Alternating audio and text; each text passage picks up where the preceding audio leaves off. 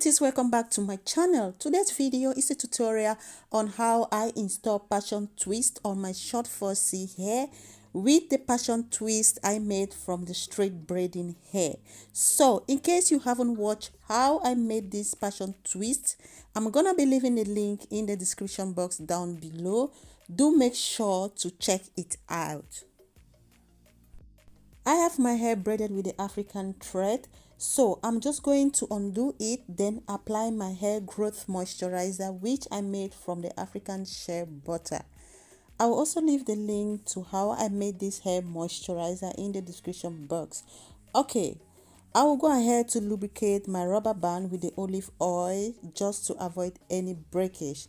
Then I'll be applying the hair wax to help me pat the hair nice and neat.